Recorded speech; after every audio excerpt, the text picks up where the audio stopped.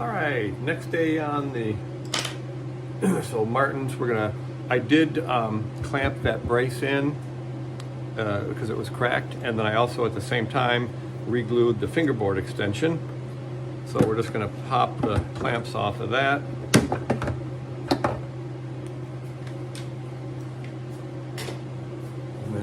And now this is a block that I made specifically for doing neck resets. I've got a couple different ones.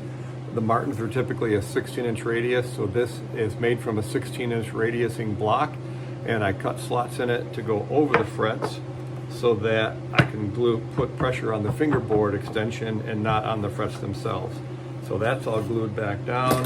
I'm gonna check this brace.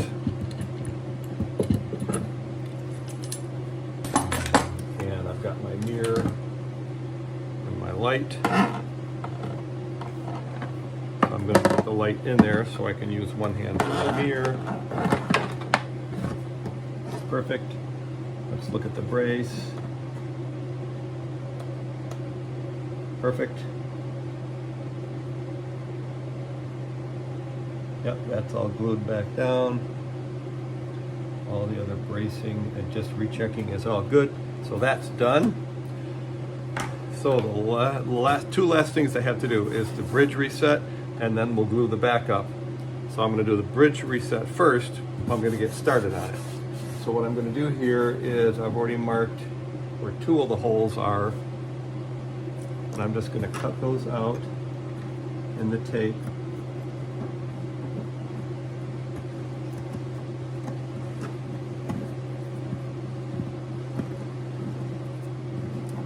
So I can put the bridge in place. You know what, I'm just going to do this.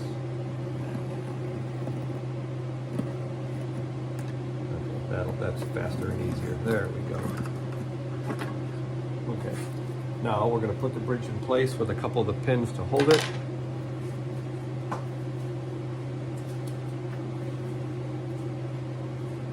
I have covered this process. I'm going to change the camera stuff here. I have covered this process in videos that just cover how to do a bridge reset, but we're going to cover it here as well for this guitar.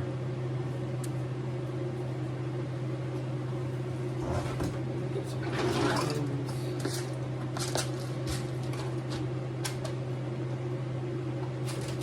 Grab some pins out of my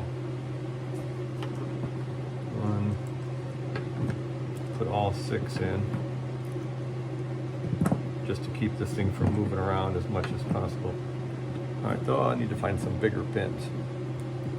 All right, we're probably going to edit this out till I find some bigger pins. I've got some, hang on.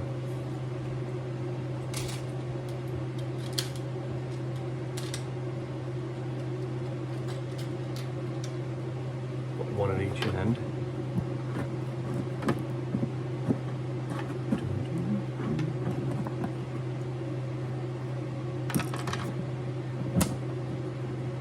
There, and that doesn't wiggle quite as much. Get a couple more.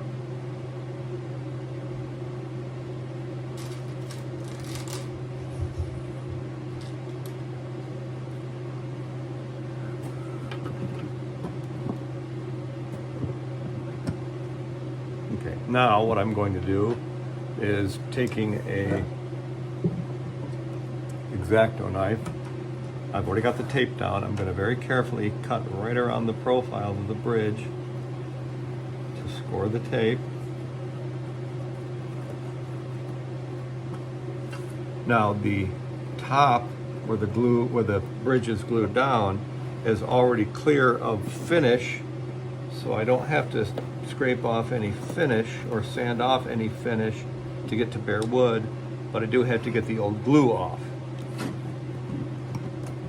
So that's what we're going to do. Take the bridge off, set it aside. Now I just need to get this tape up.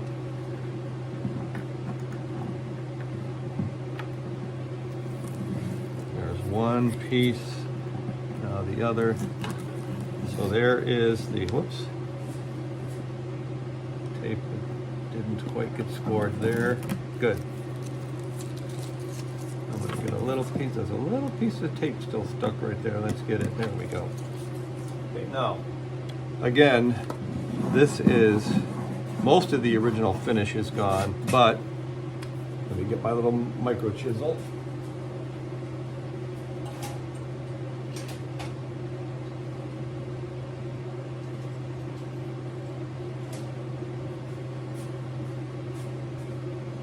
So I've got my little micro chisel here.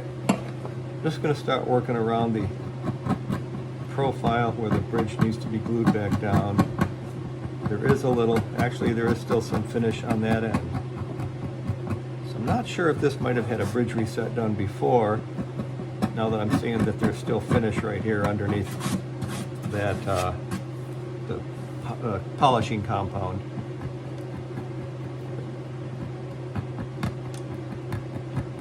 That white residue is somebody using a polishing compound or wax on the top.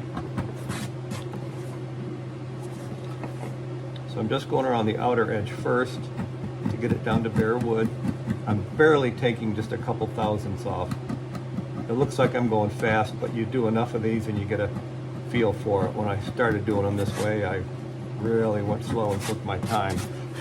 But like anything, you repeat the action enough and you get better at it, and you get a better feel for it, and I can work fairly quickly. Now, if this had not been the case, I would have also scored the finish with the X-Acto knife when I went through, but I didn't have to. So, especially if it would have been like a poly finish or polyester, boy, I really score it then, because I got to, have that break. That when I do the stripping of the old finish like this with the chisel, I really need it to break at that score point. Because what I'm hoping to do here, just to save time, because I am overdue with this guitar, is to glue the bridge on and then do the neck heel glue at the same time. Seeing how they're not really connected, I can do those two operations. I'm pretty confident I can do them both at the same time. We'll give it a dry run first. Make sure I can just clamp everything up and not have anything be in the way of each other. There's a couple of spots here that are a big glob of glue. I'm just working on that here. Good. Get that wax off of there too, because I don't want that to be in the wood. I don't want to sand it because I don't want to force it into the wood and then have the glue not stick. So I'm going to just get that off completely and not sand it into the wood. All right, now I'm ready to start. Oh, there's a spot here. There we go, got it. So I've got the border done really well. Okay, get my sanding block.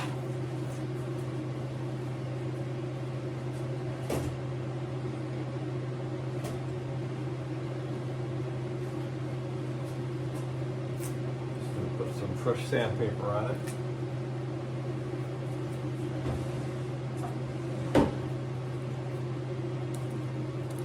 Yep, there's the sticky stuff.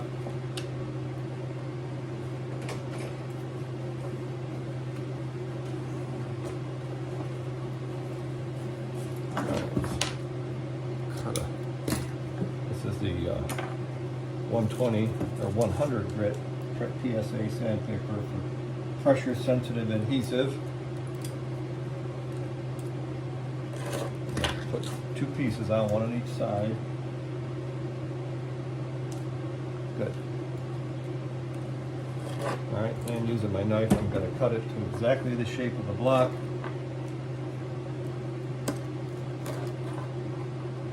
One side done, side two done. Now I've got sandpaper on both sides. Work on the top, just working to remove all the paint or all the old glue.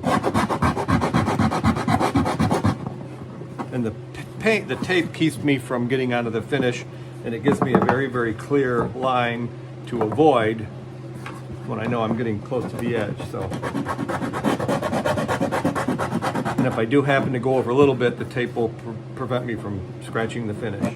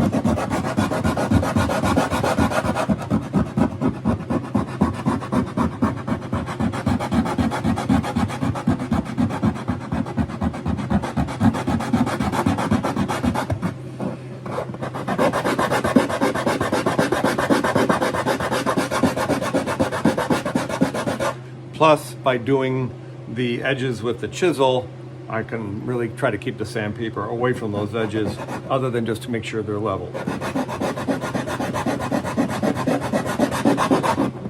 I'm getting pretty close here.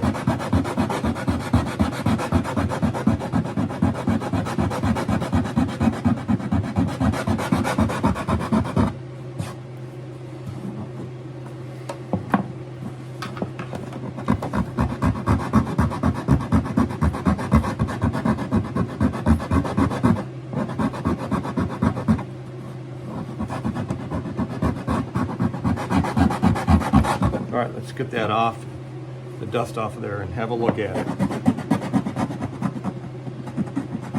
I'm sure I have a little more to go, but I want to get a good clean look at what I've got so far.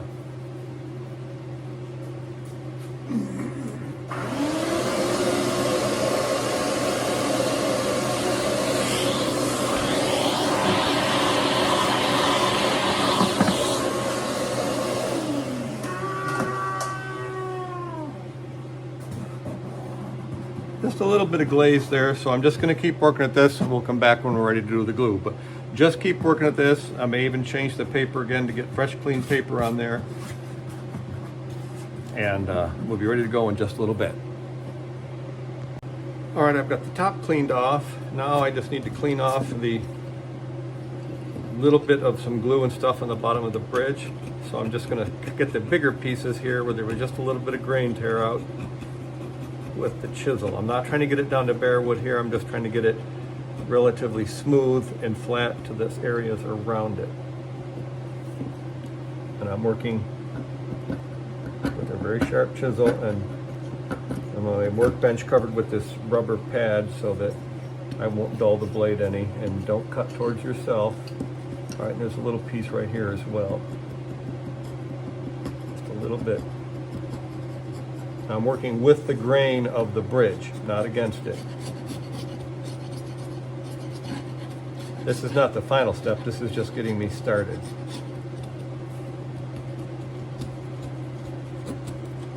Okay, now, for that spot where there's a little bit of what looks like wax underneath, again, rather than trying to sand that into the wood and then just not having the glue stick, going to take some rubbing alcohol, which will evaporate very fast, and just clean it off of there. There, it's gone. Okay, and it won't affect the glue or anything else. That just gets that off of there. It came off easy. I'm going to go over it a second time just to make sure that find a cleaner spot on my rag. There we go. And one more time just to make sure it's all gone. Good.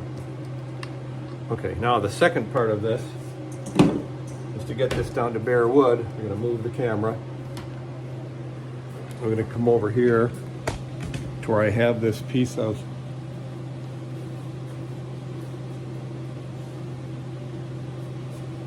one-inch thick granite. I'm going to lower this down a little.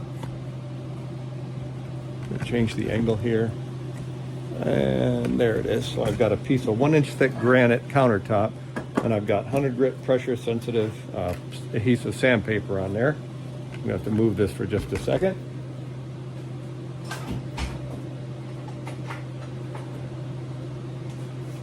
Okay, we're going to clamp this down so it doesn't move while I'm doing this.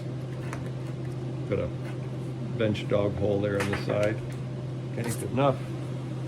Now I've got this tool that I made. Whoops, let's move this. I've got this tool that I made out of a hunk of pine, and I put a couple dowels in it, and they line up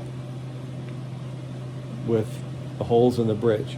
So I can just pop this on there, and I put them off center on purpose so I can push to this side, which gives me more pressure against the heel or against the front. And for now, I'm just going to start with it towards the heel, and I'm just going to run this back and forth over this piece of sandpaper on the granite block. I'm just going to take off just enough to get down to bare wood all the way across the bridge. Okay, need a little bit more in the center. There we go. Go back to working on it with the block. Flip it around the other way. And of course, every now and then I'll stop and vacuum the dust off. This way I'm making sure I get a nice flat surface on the bottom, because obviously the surface was not flat before. I've got a high spot there, a high spot here, and a high spot on the back, which explains why the bridge let go. Turn it around and go the other way. All right, let's have another look. Getting closer, a little bit there still, so I'm going to keep putting pressure on the back of the bridge. I'm going to give that a quick vacuum here. Hang on.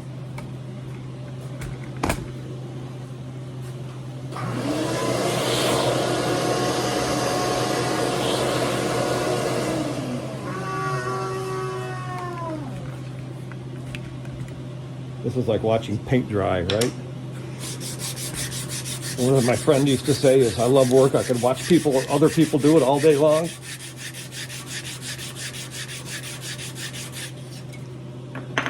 Boy, we are really, really close. All right, I'm just going to need to lean it the other way and put a little more weight on the front of the bridge.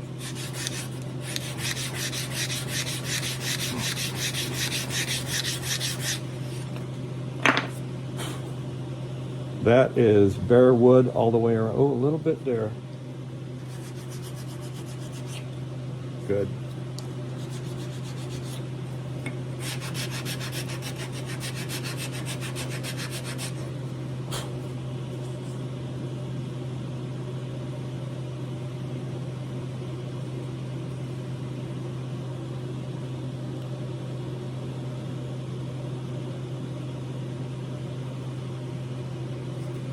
I like it. And a little more pressure towards the front. Couple 10 times.